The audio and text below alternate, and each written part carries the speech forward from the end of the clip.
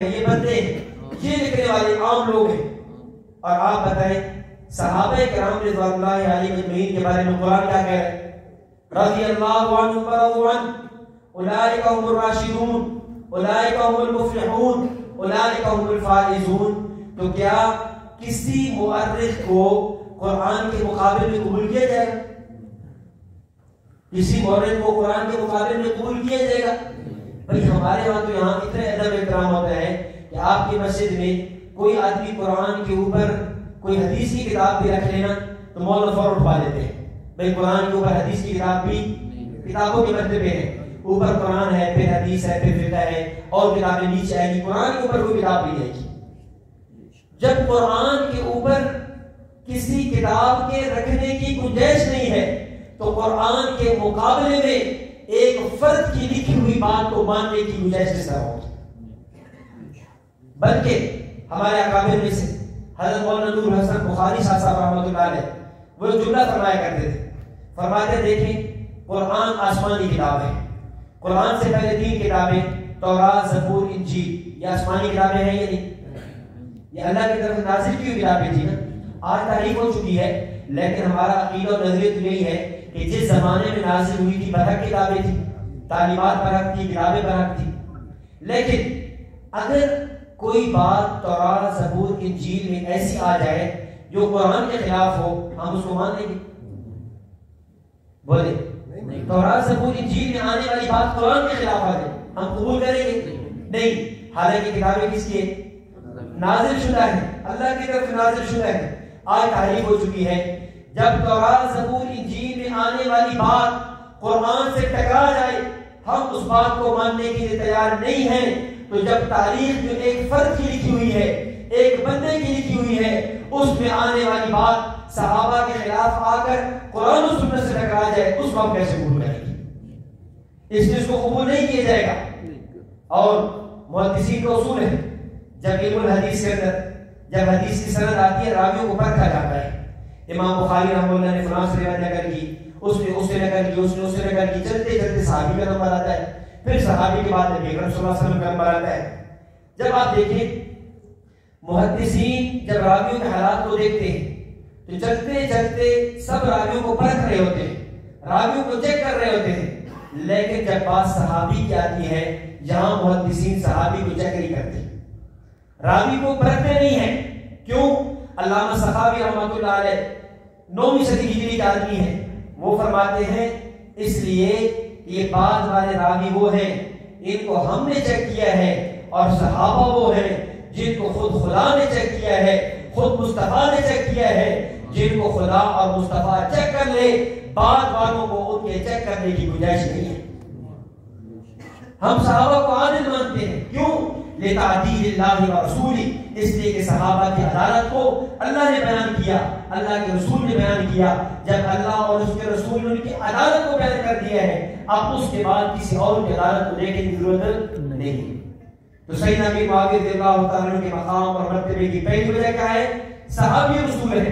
اور نمبر 2 سیدنا امیر معاویہ کے مقام اور مرتبے کی دوسری وجہ یہ ہے ہم حضرت امیر معاویہ سے کیوں پیار کرتے ہیں، کیوں محبت کرتے ہیں؟ اس کی دوسری وجہ یہ ہے کہ نبی اکرم صلی اللہ علیہ وسلم کے صحابہ کرام میں سے 2 طرح کے لوگ ہیں.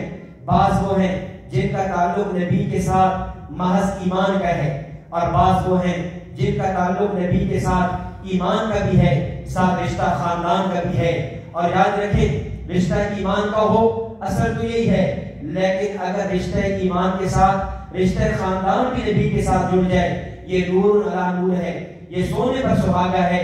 حضرت امیر معاویہ رضی اللہ تعالیٰ عنہ وہ ہے نبوت کے ساتھ رشتہ ایمان کا بھی ہے، نبوت کے ساتھ رشتہ خاندان کا بھی ہے. میں صرف 2 رشتہ داریاں بیان کروں گا. حضرت امیر معاویہ رضی اللہ تعالیٰ عنہ نبی اکرم صلی اللہ علیہ وسلم کا سلسلہ نسب 4تھی پشت میں جا کر ایک ہو جاتا ہے.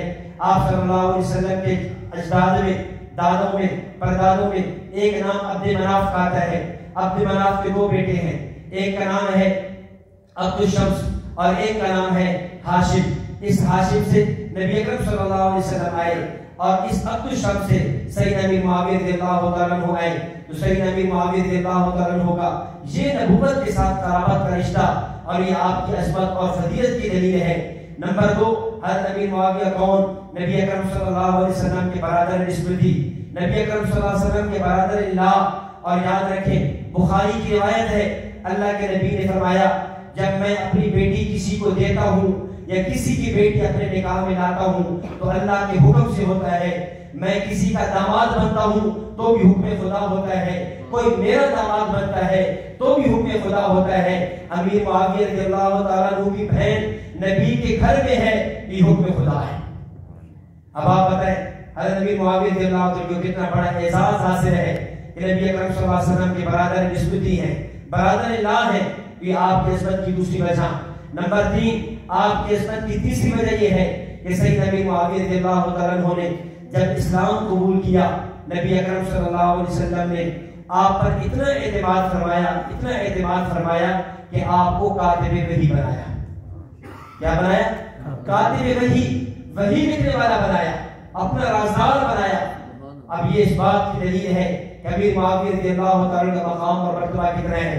اور یہاں میں بات عرض کروں گا، دنیا کا کوئی مورخ کسی کتاب سے بات نہیں دکھا سکتا کہ سیدنا امیر معاویہ رضی اللہ تعالیٰ عنہ نے جب اسلام قبول کیا اس وقت ان کی عمر تھی 18 سال.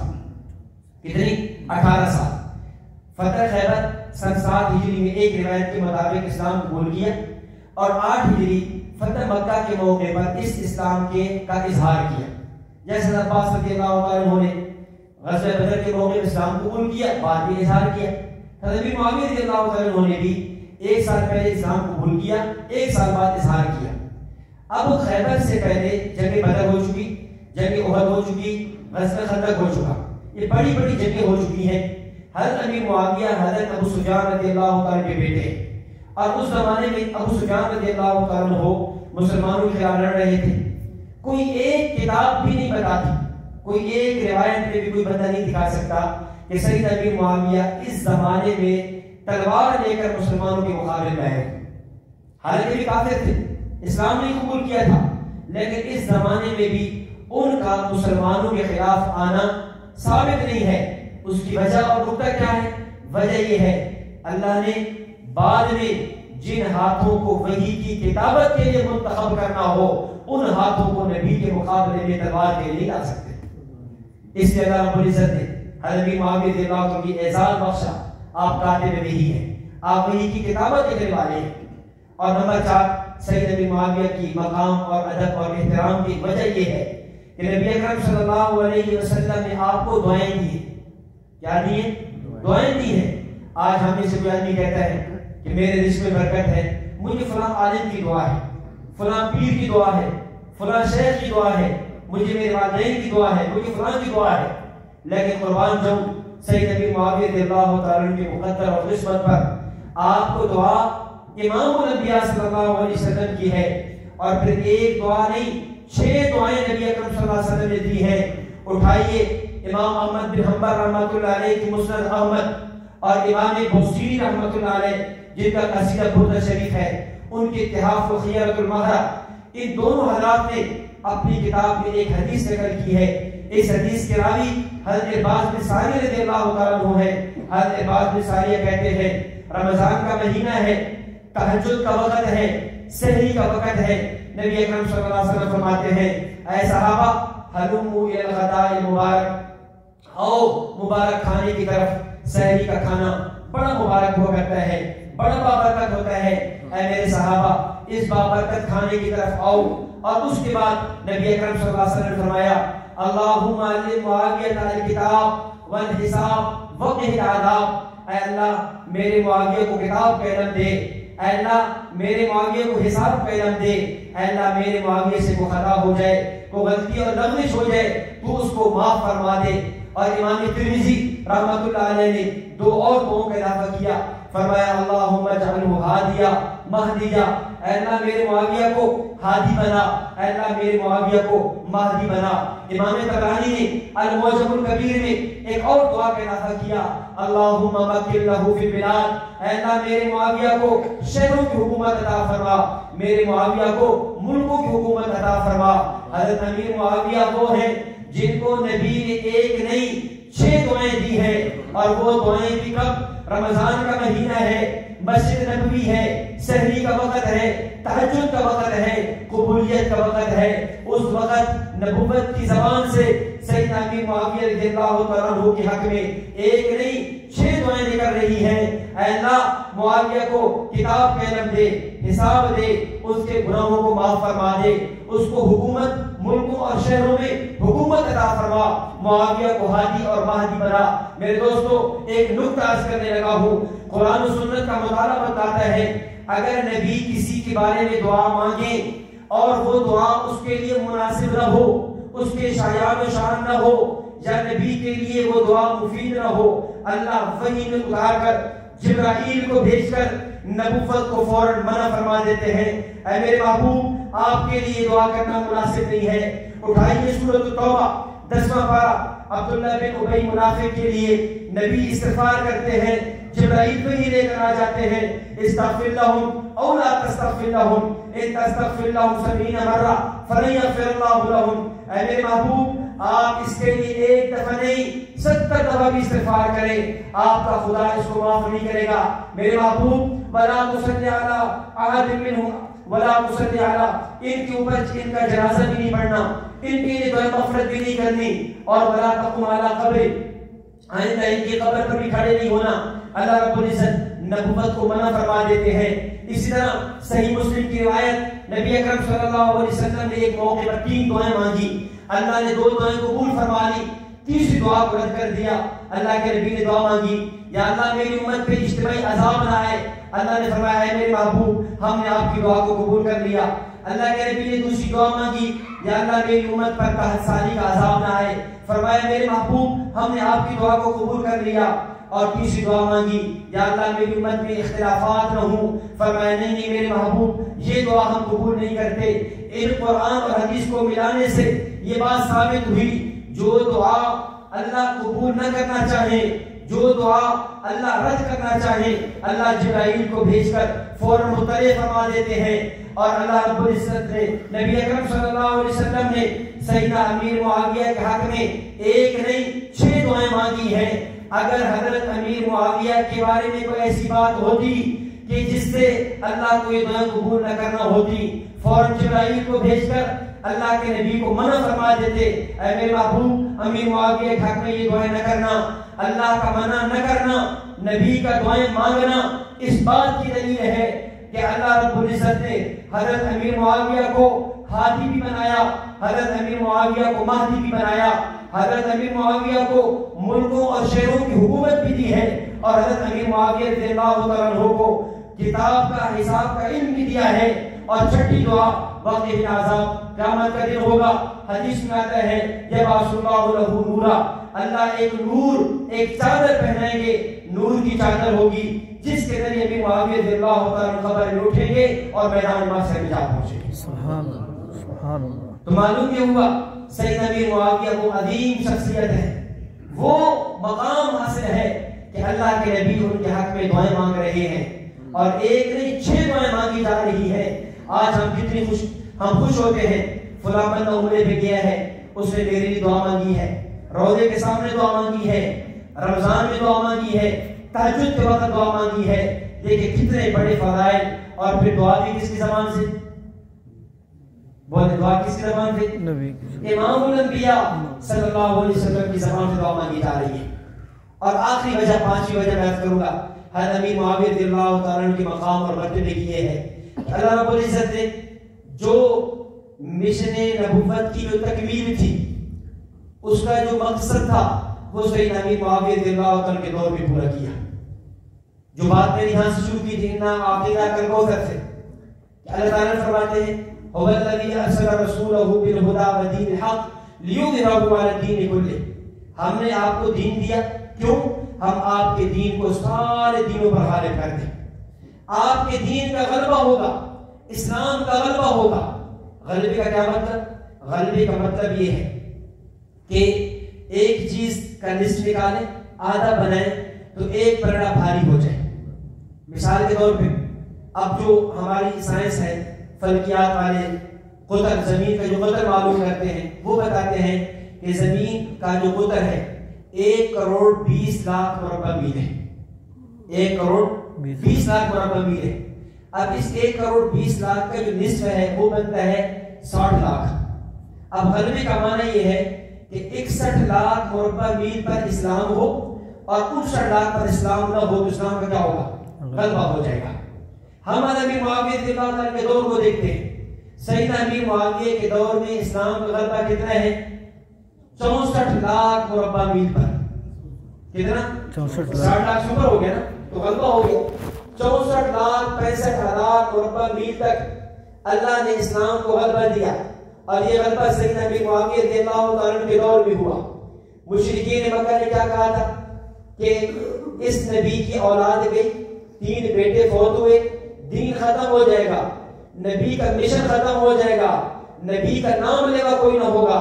لیکن سیدنا امیر معاویہ رضی اللہ عنہ کے دور میں جا کر اللہ نے دین کو ایسے غالب کیا کہ دین عرب سے نکل کر عجم میں کیسر و کسرا, شام و ایران, کہاں سے کہاں تک پہنچا. 64 لاکھ مربع میل تک اسلام کی حکومت, اسلام کا جو پرچم لہرا ہے یہ سیدنا امیر معاویہ رضی اللہ عنہ کے دور میں ہوا ہے. سبحان اللہ. اس سے دونوں باتیں سمجھ آ گئی. اللہ کے نبی صلی اللہ علیہ وسلم کی جو دعا بھی تھی, آپ کی پیشن گوئی بھی تھی, دعا بھی تھی, وہ مکے مفید بلاد, اللہ میرے معاویہ کو ملکوں کی حکومت دے دے, شہروں کی حکومت دے دے. اللہ نے شہروں کی حکومت کیسے دی کہ سیدنا امیر معاویہ رضی اللہ تعالیٰ عنہ کے دور میں اسلام کہاں سے کہاں تک پہنچ گیا. تو ہم سیدنا امیر معاویہ رضی اللہ تعالیٰ سے محبت کرتے ہیں. اس کی وجہ نمبر 1 وہ صحابی رسول ہے, نمبر 2 وہ نبی کے خاندان کے ہیں, ان کا رشتہ نبوت کے ساتھ ایمان کا بھی ہے, خاندان کا بھی ہے, اور نمبر 3 وہ نبی کے معتمد ہیں, آپ نے ان کو کاتب وحی بنایا ہے, اور نمبر 4 سیدنا امیر معاویہ رضی اللہ تعالیٰ عنہ کو نبی نے 1 نہیں 6 دعائیں دی ہیں, اور نمبر 5 نبی اکرم صلی اللہ علیہ وسلم کی جو دین کی ایک تکمیل تھی, مشن, اس کو پورا کر کے آپ نے جو ہے عالم اسلام تک اسلام کو پہنچایا ہے. اور آخری بات عرض کر کے بات کو ختم کروں گا.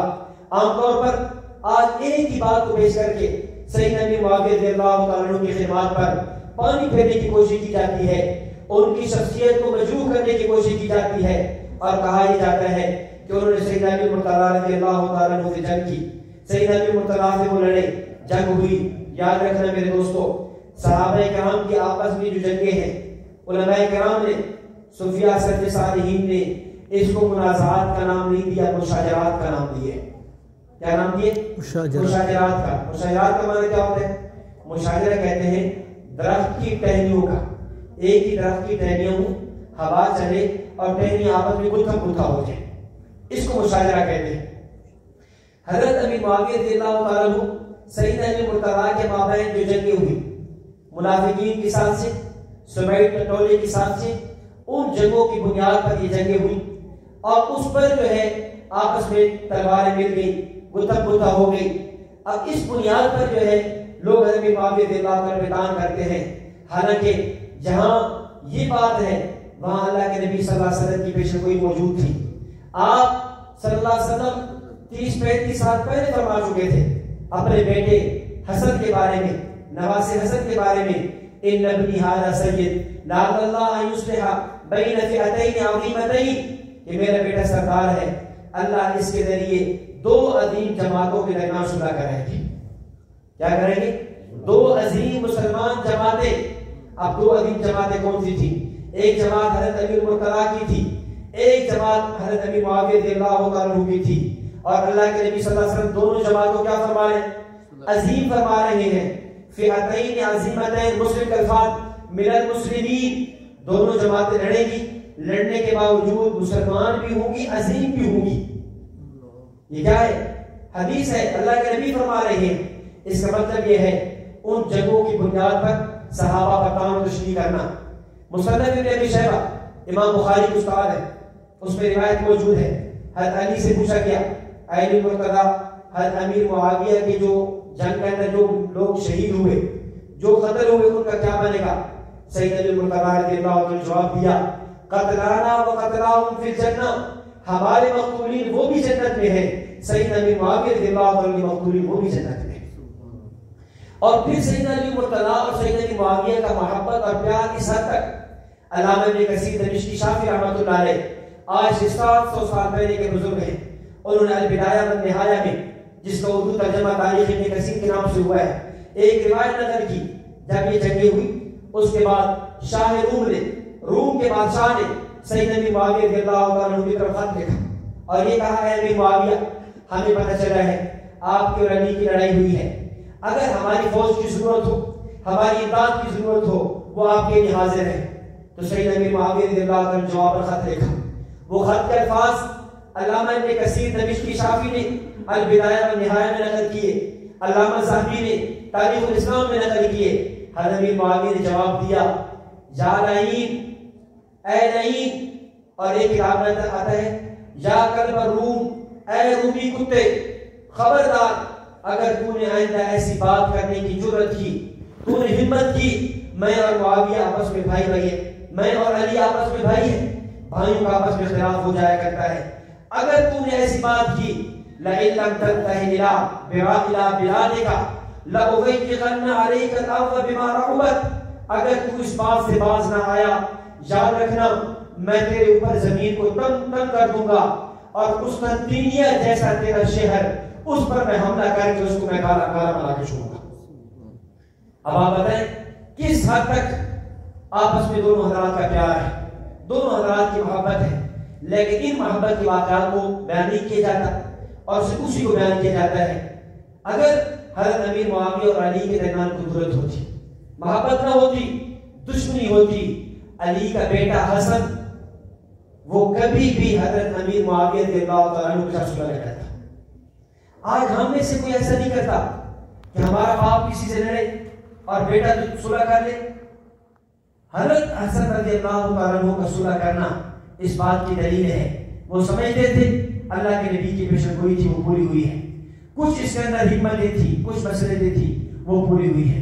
اس لیے میرے عزیز بھائی اور دوستو، سیدنا امیر معاویہ رضی اللہ تعالیٰ کے حوالے سے یا کسی بھی صحابی کے حوالے سے یہ بات یاد رکھنا، اس کے بارے میں اپنی زبان کو اگالنا، اس کے بارے میں جرا کرنا اور ایسی گفتگو کرنا یہ اپنے ایمان کو خراب کرنے والی بات ہے۔ اس لیے کبھی بھی صحابہ کرام کے بارے میں اپنی زبانوں کو گندا نہ کریں، اپنی زبانوں کو میلا نہ کریں۔ عمر بن عبدالعزیز رحمہ اللہ فرمایا کرتے تھے، تلک دماء طہر اللہ ایدینا فلمن نلبس ألسنتنا، یہ ایک خون تھے جو اس زمانے میں ہو گئے، اللہ نے ہمارے ہاتھوں کو محفوظ رکھا ہے، تو ہمیں کیا ہے ہم اپنی زبانوں کو گندا کریں، ہم اپنی زبانوں کو آلود کریں۔ عمر بن عبدالعزیز رحمہ اللہ سے پوچھا گیا، وہ جو سیدنا امیر معاویہ رضی اللہ تعالیٰ عنہ، عبداللہ بن مبارک رحمۃ اللہ علیہ سے پوچھا گیا، حضرت امیر معاویہ اور عمر بن عبدالعزیز رحمۃ اللہ علیہ میں مقام اور مرتبے کے اعتبار سے کس کا مرتبہ زیادہ ہے؟ تو حضرت عبداللہ بن مبارک نے جواب دیا، جس کو مجدد ثانی رحمۃ اللہ علیہ نے اپنے مکتوبات میں نقل کیا ہے، فرمانے لگے کہ تم تو امیر معاویہ کی بات کرتے ہو، امیر معاویہ عمر بن عبدالعزیز سے افضل ہے یا نہیں؟ میں کہتا ہوں حضرت امیر معاویہ رضی اللہ تعالیٰ عنہ نے دور نبوت میں نبی کے ساتھ مل کر جو غزوات کیے، جس گھوڑے پر بیٹھ کر غزوات کیے، اس گھوڑے کی سموں پر جو ریت لگی ہے، جو گرد لگی ہے، جو خاک اور غبار لگی ہے، اور وہ غبار جو اس گھوڑے کے نتھرے میں گئی ہے، وہ غبار بھی عمر بن عبدالعزیز رحمۃ اللہ علیہ سے افضل من الف مرہ، ہزار مرتبہ بہتر ہے۔ کیونکہ ہمارا عقیدہ ہے دنیا کے سارے تابعین اولیاء اصفیاء جمع ہو جائیں، کسی صحابی کے ادنا مقام تک بھی نہیں پہنچ سکتے۔ تو میں نے آپ حضرات کی خدمت میں دو باتیں بڑی تفصیل کے ساتھ کی ہیں۔ نمبر ایک، عقیدہ کی اہمیت، عقائد بنیاد ہے، اعمال اس کی فرع ہے، اس لیے کبھی بھی اپنے عقیدے پر سمجھوتا نہ کریں، اپنے عقیدے کو خراب نہ ہونے دیں۔ اس عقیدے پر اشکال ہو علماء سے پوچھیں، مفتیان کرام سے پوچھیں، اور اللہ رب العزت نے آپ حضرات پر کرم فرمایا ہے، بہت ہی معتمد ہمارے ساتھی ہیں، اللہ نے علم کی عمل کی دولت سے نوازا ہے، مولانا فاروق صاحب دامت برکاتہ، آپ ان سے پوچھیں، آپ علماء سے پوچھیں، لیکن کبھی بھی کسی عقیدے کے بارے میں بدظن نہ ہو۔ جو اہل سنت کا قید ہے ان پر کاربند رہیں، سمجھ نہ آئے تب بھی مان جائیں، یہ یقین رکھتے ہوئے ہمارے علماء نے ہمیں بتا دیا ہے ان کے پاس